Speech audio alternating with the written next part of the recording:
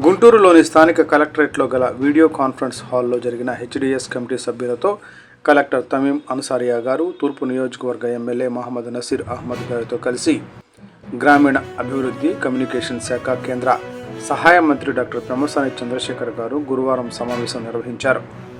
పెమ్మసాని గారి comments, GGH అభివృద్ధికి సంబంధించిన పెండింగ్ అంశాలపై ప్రత్యేక సమావేశం ఏర్పాటు చేసి చర్చించాము. తులసి రామ్ చంద్రప్రభు గారి ఆధ్వర్యంలో నిర్మితమవుతున్న ఎంసీహెచ్ బ్లాక్ 50% ఇప్పటికే పూర్తయింది. పీఈటీ స్కాన్ 18 కోట్లతో ప్రభుత్వం మంజూరు చేసింది. దానిని కూడా 2 లేదా 3 వారాల్లో అందుబాటులోకి తెచ్చేందుకు ప్రయత్నిస్తున్నాం.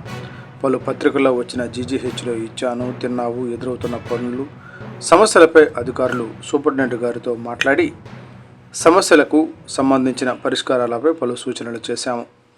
అవసరానికి మించి బెడ్లు జీజీహెచ్లో అవసరం అవుతున్నాయి. ఓవర్లోడ్ కారణంగా బెడ్ల కొరత సమస్య తలెత్తుతుంది. సమస్యలను ఎప్పటికప్పుడు అధ్యయనం చేస్తూ పరిష్కరించే హాస్పిటల్ డెవలప్మెంట్ సొసైటీ సభ్యులకు ఈ సందర్భంగా కృతజ్ఞతలు తెలియజేస్తున్నాం. ఎమ్మెల్యే మహమ్మద్ నసీర్ అహ్మద్ గారి కామెంట్స్, కూటమి ప్రభుత్వం వచ్చిన తరువాత గతంలో ఎప్పుడూ లేని విధంగా సిఎస్ఆర్ నిధులతో అనేక అభివృద్ధి పనులను చేసి చూపిస్తున్నాం. షార్టేజ్ ఉన్న మెడిసిన్స్ అంశాన్ని ప్రభుత్వం దృష్టికి తీసుకువెళ్తాము.